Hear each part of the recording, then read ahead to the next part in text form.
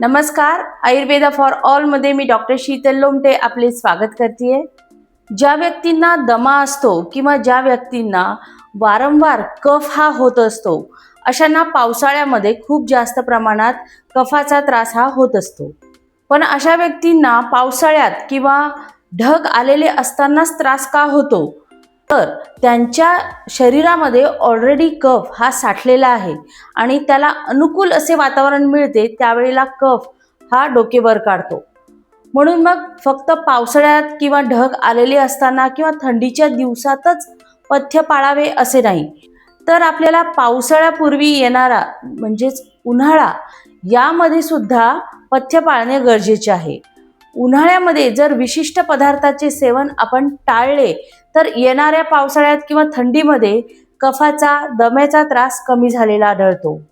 तर आज आपण बघणार आहोत की दमा असणाऱ्या व्यक्तींनी किंवा कफाचा त्रास असणाऱ्या व्यक्तींनी उन्हाळ्यामध्ये कोणते पदार्थ खाण्याचे टाळायला हवे की जेणेकरून त्यांना येणाऱ्या पावसाळ्यामध्ये कफाचा त्रास हा होणार नाही। त्यापूर्वी आयुर्वेदा फॉर ऑल या चॅनलला सबस्क्राईब केले नसेल तर सबस्क्राईब करा आणि बेल आयकॉन दाबा, जेणेकरून आपल्याला अशाच प्रकारचे नवीन व्हिडिओ बघायला मिळतील। तसेच तुम्ही मला फेसबुक पेज आणि इंस्टाग्रामवर देखील फॉलो करू शकता।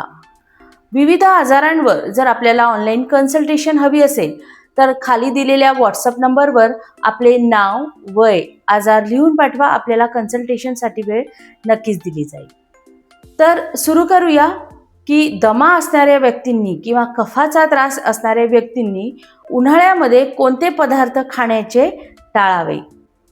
कफ असणाऱ्या व्यक्तींच्या शरीरात ऑलरेडीच कफ हा वाढलेला असतो, परंतु त्याला जेव्हा अनुकूल वातावरण मिळते, आपल्या पथ्य पाण्यामध्ये जर आपण योग्यरित्या पथ्य पाळले नाही तरी देखील हा कफ वाढलेला आढळतो आणि तो बाहेर पडण्याला उद्युक्त होतो।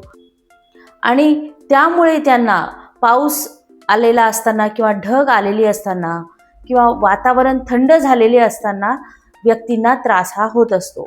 मग अशा ऐन वेळी आपण ट्रीटमेंट करणे योग्य नाही, तर सुरुवातीपासूनच तो कफ साठायला नको आणि हळूहळू शरीराच्या बाहेर पडायला हवा, अशा प्रकारचा आपला आहार, दिनचर्या, औषधोपचार हे असायला हवे। कारण आहे तो कफ काढून टाकण्यासाठी आपल्याला औषधोपचार हे घ्यावे लागतात, परंतु कफ हा वाढू नये आणि तो बाहेर पडावा यासाठी मात्र आपल्याला दिनचर्ये आणि ऋतुचर्येमध्येच बदल करणे गरजेचे आहे।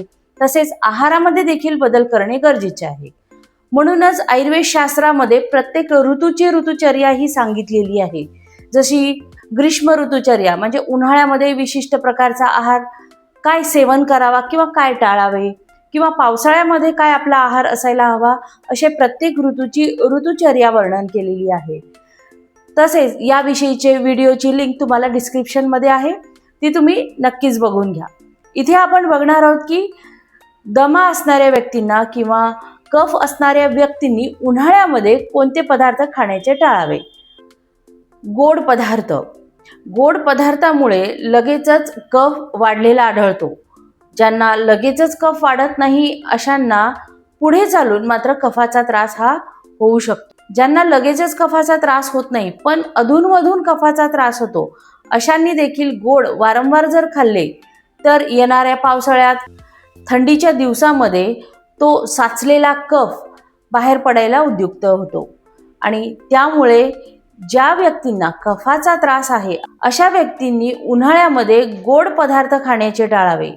उन्हाळ्यामध्ये जरी आपण गोड पदार्थ खाल्ले तरी लगेचच काही आपल्याला कफाचा त्रास हा होणार नाहीये। त्यामुळे आपल्याला वाटू शकते की आपल्याला आता कफाचा त्रास हा कमी झालेला आहे आणि आता मला हा त्रास होणार नाही, परंतु जर असाच गोड पदार्थांचा आहार आपण घेत राहिलो तर हा कफ हा फक्त छातीमध्ये साचलेला नसतो, तर शरीराच्या इतर अवयवांमध्ये देखील साचत असतो। आणि ज्या वेळेला अनुकूल वातावरण मिळते तेव्हाच तो छातीत येतो आणि आपल्याला त्रास हा देत असतो। त्यामुळे हा कफदोष हा फक्त छातीतच वाढतो असे नाही, हा शरीराच्या सर्व अवयवांमध्ये देखील वाढू शकतो, त्याचा त्रास आपल्याला होऊ शकतो।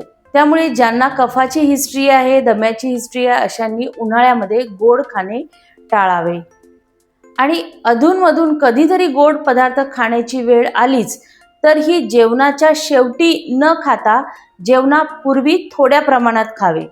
आयुर्वेद शास्त्रामध्ये प्रत्येक चवीचा पदार्थ म्हणजे प्रत्येक रस हा खाण्याची योग्य वेळ अशी ठरवून दिलेली आहे, ज्यामध्ये मधुर रस म्हणजे गोड रस असणारे पदार्थ जेवणाच्या आधी खाण्यास सांगितलेले आहे.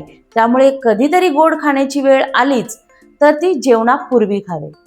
दुसरा पदार्थ आहे दही. आपल्याला वाटतं दही उन्हाळ्यामध्ये खाणे चांगले असते. दही हे थंड आहे शरीरासाठी, त्यामुळे बरेच व्यक्ती उन्हाळ्यामध्ये दह्याचे दररोज सेवन हे करत असतात. परंतु दह्याचा स्पर्श हा शीत आहे, परंतु तो जेव्हा कार्य करतो त्यावेळेला त्याचे जे गुणधर्म हे उष्ण असे कार्य करत असतात. दही उष्ण असून देखील मग कफावर चांगल्या प्रकारे काम करेल असे नाही, कारण त्याचा गुणधर्म कफ वाढवण्याचा आहे. त्यामुळे ज्या व्यक्तींना कफ वारंवार होतो किंवा दम्याचा त्रास आहे अशांनी दह्याचे सेवन उन्हाळ्यामध्ये करायचे टाळायचे आहे. दही हे इतर पदार्थांसोबत जरी खाल्ले तर त्याचे गुणधर्म म्हणजे इतर पदार्थांचे गुणधर्म कमी करतो. त्यामुळे प्रत्येक व्यक्तींसाठीच दही योग्य आहे असे नाही. तिसरा पदार्थ आहे गूळ. गूळ आपण उन्हाळ्यात फार काही खात नाही, परंतु गुळाचे पदार्थ जर अधूनमधून खात असाल, गूळ जरी उष्ण असला तरी सुद्धा तो गोड असल्या कारणाने शरीरातील कफ हा वाढू शकतो. त्यामुळे गुळाचे सेवन देखील कमी प्रमाणात करावे. त्यानंतरचे पदार्थ म्हणजे नवीन धान्य. यामध्ये सर्वच प्रकारचे धान्यांचा समावेश होतो. साधारणतः फेब्रुवारी मार्च नंतर नवीन धान्य हे बाजारात येते आणि आपण ते आणत असतो. पण येणाऱ्या उन्हाळ्यामध्ये जर आपण ह्या नवीन धान्याचं सेवन जास्त प्रमाणात केलं तर येणाऱ्या पावसाळ्यामध्ये ज्यांना दम्याचा आणि कफाचा त्रास आहे त्यांचा त्रास हा वाढतो. त्यामुळे अशा व्यक्तींनी काही महिने पूर्वीचे धान्य सेवन करावे. म्हणजे आपण जी काही पोळी भात हे बनवतो हे नवीन धान्यापासून न बनवता जुन्या धान्यांपासून बनवावे. त्यानंतरचे पदार्थ आहेत काही विरुद्ध आहार यामध्ये इन्क्लूड होतात. उन्हाळा असल्या कारणाने आपण जास्त थंड पदार्थ सेवन करण्याचा प्रयत्न करतो, ज्यामध्ये काही मिल्कशेक आहे, फ्रूट सॅलेड आहेत किंवा काही फळे देखील आहेत ज्याचे मिल्कशेक आवर्जून उन्हाळ्यामध्ये बाहेर भेटतात किंवा आपण घरी सुद्धा करतो. तर ज्या व्यक्तींना पावसाळ्यात किंवा ज्यांना दम्याचा त्रास आहे अशांना पावसाळ्यात जर आपल्याला कफाचा त्रास कमी व्हावा अशी इच्छा असेल तर त्यांनी उन्हाळ्यामध्ये हे मिल्कशेक, फ्रूट सॅलेड, केळीचे शिकरण अशा पदार्थांचं सेवन हे टाळायला हवे. अशा व्यक्तींनी उन्हाळ्यामध्ये फळ खाणे योग्य आहे, परंतु फळांसोबत दूध टाकून त्याचा मिल्कशेक प्यायल्यास शरीरातील कफ दोष हा वाढतो. केवळ ज्यांना कफाचा त्रास आहे अशाच व्यक्तींनी नाही तर इतर व्यक्तींनी देखील मिल्कशेक, फ्रूट सॅलेड, केळीचे शिकरण असे पदार्थ खाणे टाळावे. त्यांनी वेगळे दूध प्यावे आणि वेगळे फळ खावे. आणि ज्यांना कफाचा त्रास आहे अशा व्यक्तींनी केळी, सीताफळ, चिक्कू, रामफळ या पदार्थांचे सेवन मात्र उन्हाळ्यात देखील करू नये. उन्हाळ्यामध्ये खूप जण फ्रीजचे पाणी पितात, तसेच कोल्ड ड्रिंक किंवा बाहेरच्या ज्या काही ड्रिंक्स असतात याचे सेवन देखील व्यक्ती करत असतात. उन्हाळा असल्यामुळे आपल्याला त्याचा परिणाम लगेचच जाणवत नाही, पण ज्या व्यक्तींना कफाचा त्रास आहे अशा व्यक्तींना येणाऱ्या पावसाळ्यामध्ये मात्र त्रास झालेला आढळतो. म्हणून अशा व्यक्तींनी आईस्क्रीम, कोल्ड ड्रिंक किंवा फ्रीजचे पाणी हे उन्हाळ्यात देखील प्यायला नको. अशांनी साधे माठातील पाणी प्यावे किंवा सरबतामध्ये आपण साधे लिंबू सरबत देखील घेऊ शकतो. अशांसाठी उसाचा रस देखील चांगला आहे, ज्यामध्ये बिना बर्फाचा आपण उसाचा रस देखील घेऊ शकतो, पण तो देखील प्रमाणामध्ये. ज्या व्यक्तींना कफाचा त्रास आहे अशांना वारंवार जरी कफाचा त्रास होत नसला तरी सुद्धा वातावरण बदलल्यावर त्रास होत असतो. त्यामुळे उन्हाळ्यामध्ये लगेचच अशा पदार्थांचा सेवन केल्यावर त्यांना त्रास होणार नाही, परंतु येणाऱ्या पावसाळ्यामध्ये त्यांना हा त्रास होऊ शकतो. म्हणून ज्या पदार्थांनी कफ वाढतो अशा पदार्थ खाण्याचे उन्हाळ्यात देखील टाळावे. याविषयीचा एक संपूर्ण व्हिडिओ आहे, त्याची लिंक तुम्हाला डिस्क्रिप्शनमध्ये दिलेलीच आहे. तरी सुद्धा थोडक्यात इथे मी सांगण्याचा प्रयत्न करते. जसे बेकरी प्रॉडक्ट्स आहे, असे पदार्थ उन्हाळ्यामध्ये टाळावे. आंबवलेले पदार्थ जसे इडली, डोसा, उत्तप्पा, जिलेबी, ढोकळा जे आंबवून केले जातात असे पदार्थ उन्हाळ्यामध्ये खाण्याचे टाळावे. फळे शरीरासाठी थंड जरी असले तरी सुद्धा असे फळं दुपारी खावे. फळ हे रात्रीच्या वेळी खाऊ नये. केळी, चिक्कू, सीताफळ, रामफळ हे फळं तर उन्हाळ्यामध्ये देखील कफ वाढवतात.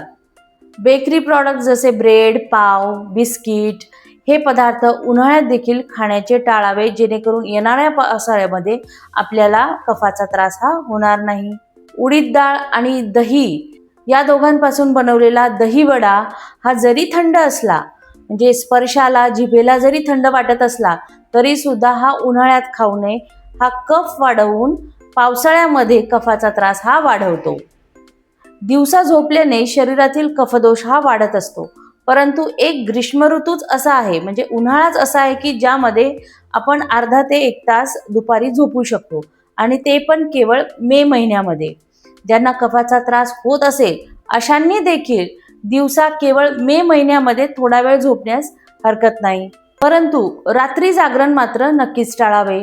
रात्री जागरण जर जास्त प्रमाणात केले तर कफाला चिकटपणा हा जास्त येतो आणि येणाऱ्या पावसाळ्यामध्ये हा त्रास वाढलेला आढळतो. त्यामुळे ह्या अशा काही गोष्टी आहेत, ह्या जर उन्हाळ्यामध्ये आपण करण्याचे टाळले तर येणाऱ्या पावसाळ्यामध्ये आपल्याला कफाचा त्रास हा कमी झालेला आढळतो.